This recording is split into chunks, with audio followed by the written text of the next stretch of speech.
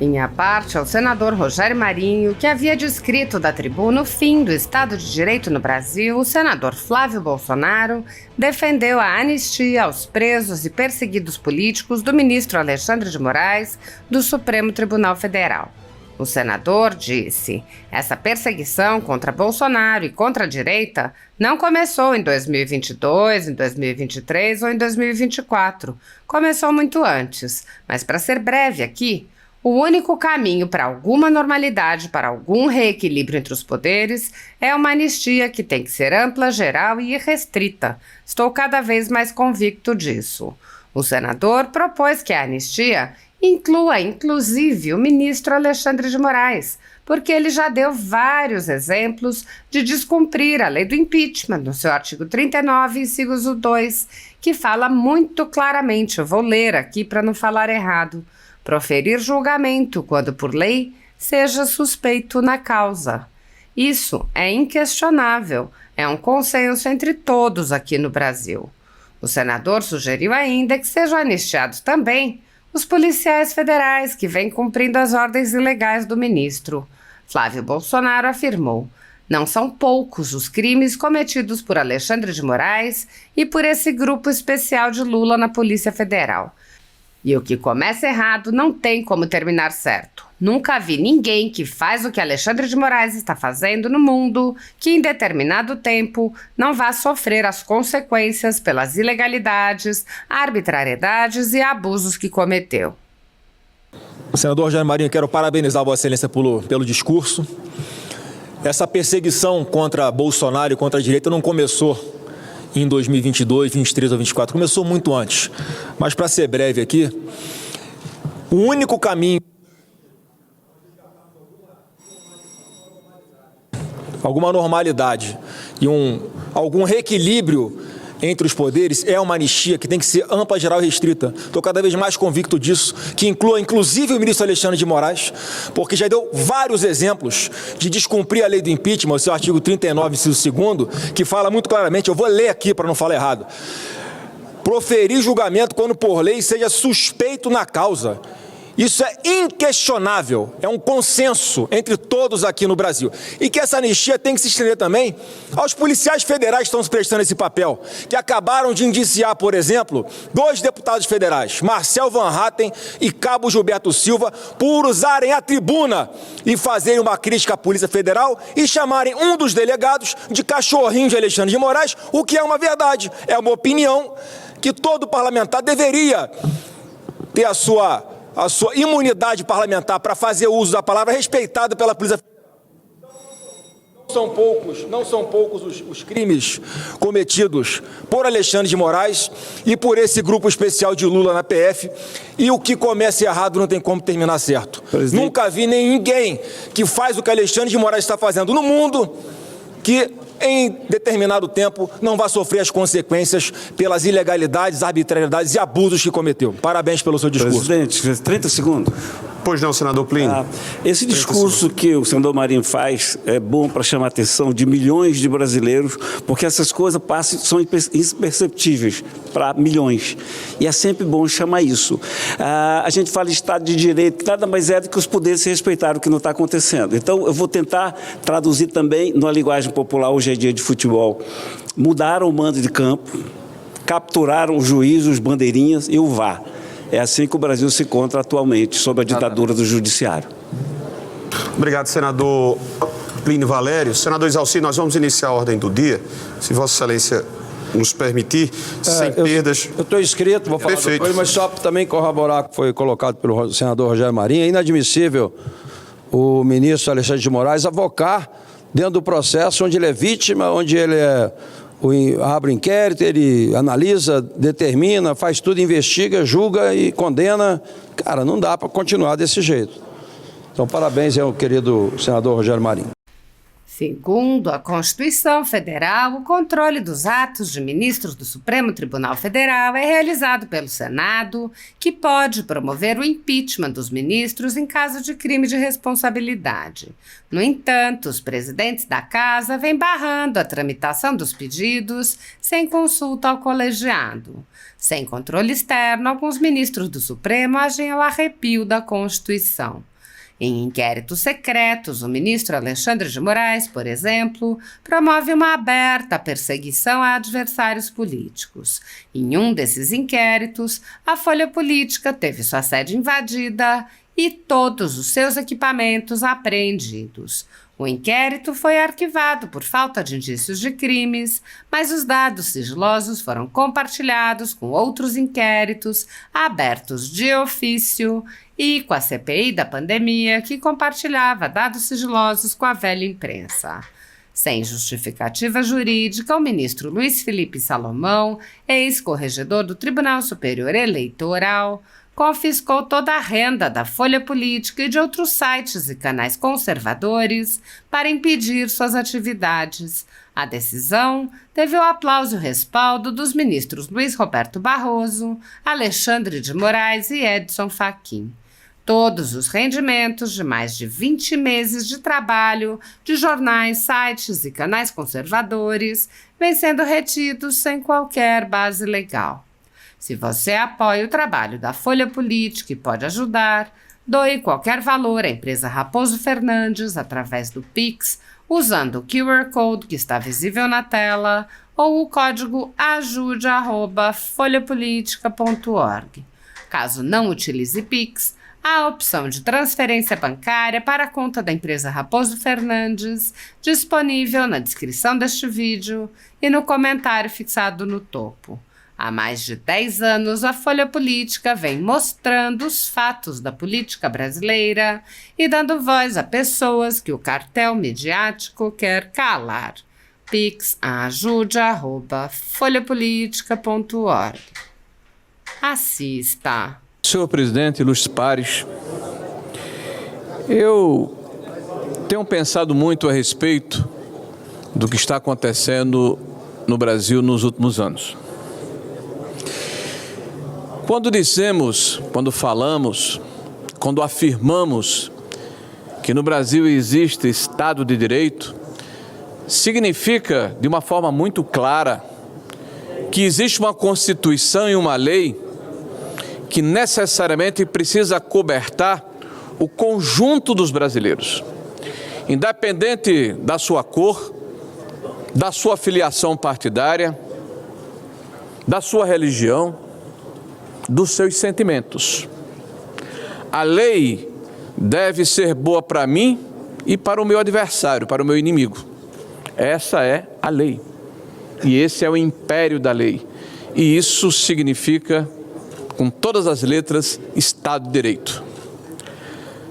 Daqui a pouco, não demora muito, dia 15 de março de 2025, nós estaremos fazendo um aniversário importante no Brasil. Neste dia, nós estaremos comemorando 6 anos. Eu vou repetir, senhores, 6 anos do inquérito da fake news, do inquérito do fim do mundo, do inquérito que empoderou o ministro do Supremo Tribunal Federal para ser o xerife do Brasil,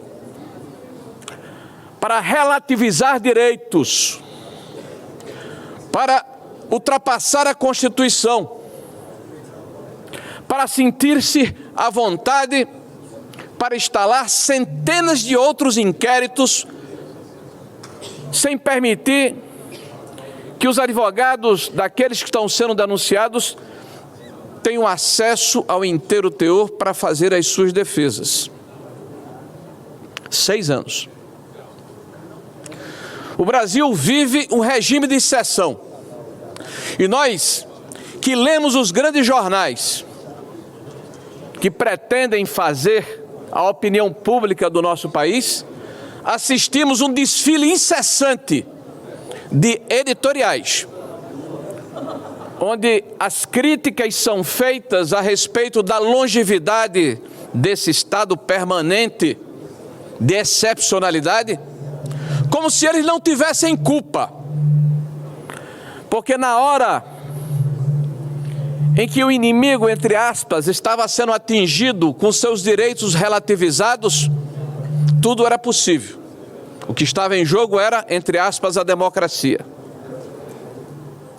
As eleições aconteceram, A transição foi feita, vivemos em um outro momento, mas o estado de exceção permanece. Os poderes excepcionais continuam.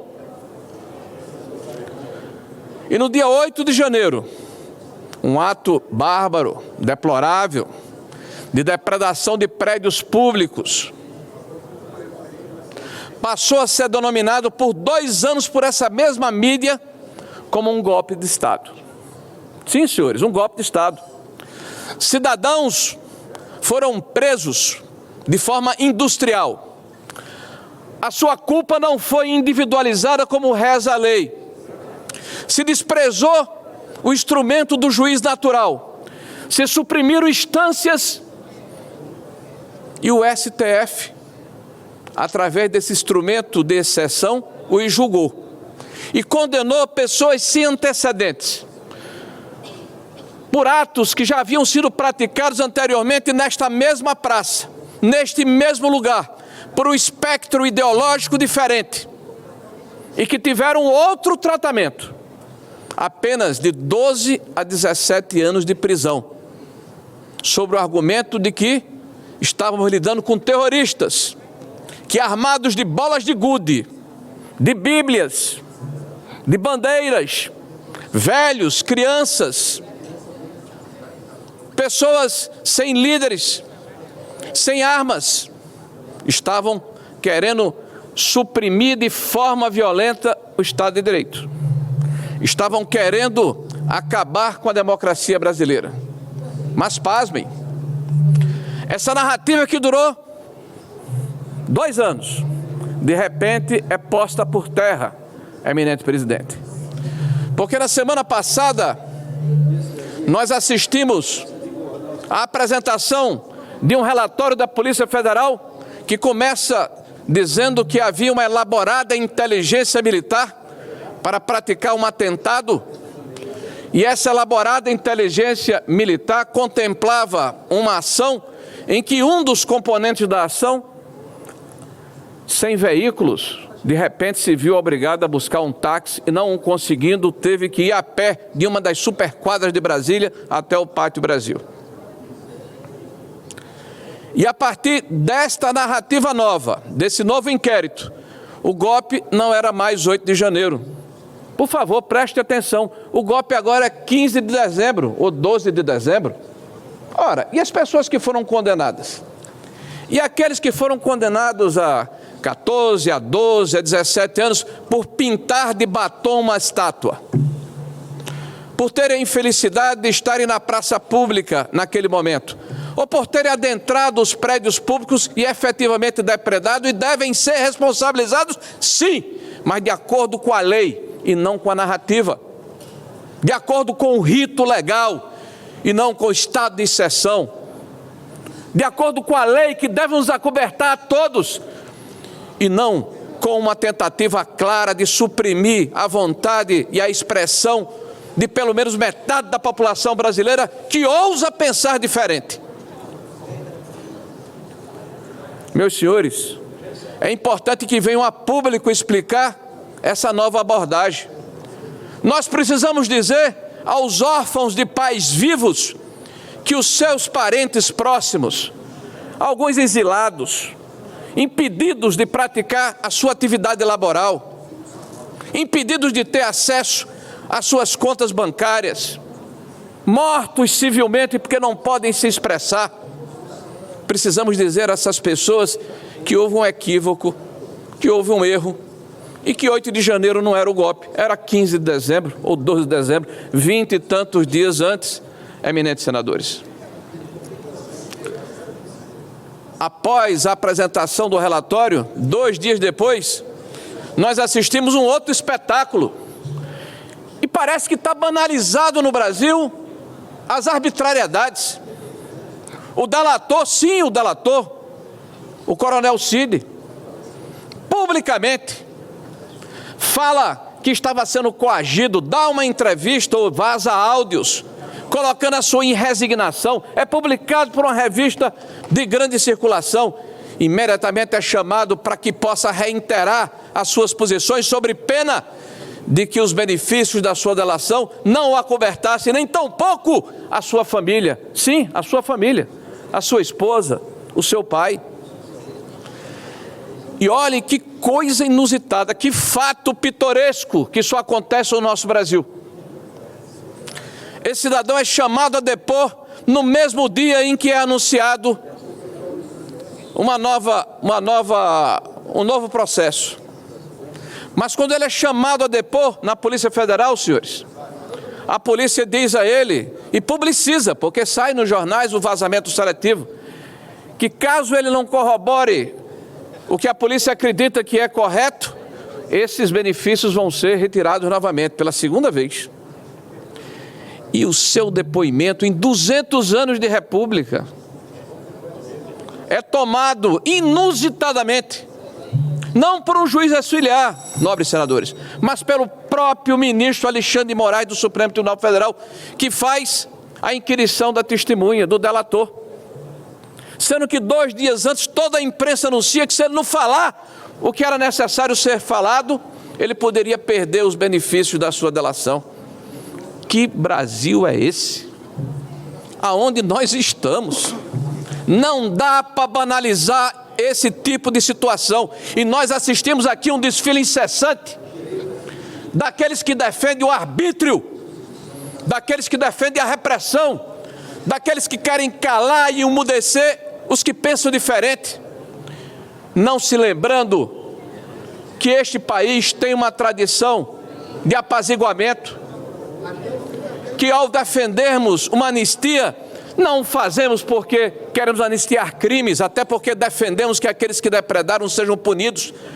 Nós queremos desarmar espíritos, nós queremos a volta da normalidade democrática, nós queremos que a Constituição seja cumprida, nós queremos que o escudo que nos protege, que a lei, possa voltar a vigorar em nosso país.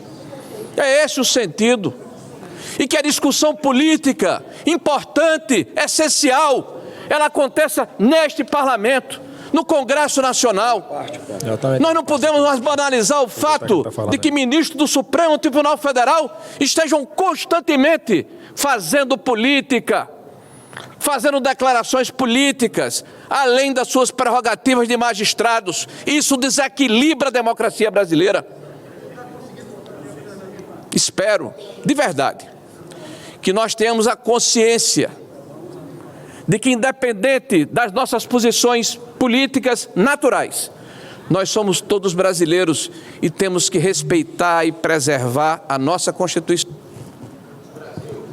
É muito maior do que as suas crises. Uma parte, senador. Concluindo, senhor presidente, e eu não tenho dúvida, senhor presidente, que esse tempo de tormenta vai passar, que esse tempo de desassossego vai passar, e que nós teremos a possibilidade de voltarmos a termos em nosso país uma democracia plena, onde cada poder exerce o seu papel, sem ultrapassar as prerrogativas de cada um deles. Muito obrigado, senhor presidente. Obrigado, senador Rogério. Uma parte, senador. Senador Flávio, apenas registrando que o tempo utilizado pelo senador Rogério Marinho, inclusive, expirou com mais outros 3 minutos. Eu pediria apenas a sua compreensão para um registro bem rápido, até para que nós iniciemos a ordem do dia. É luta.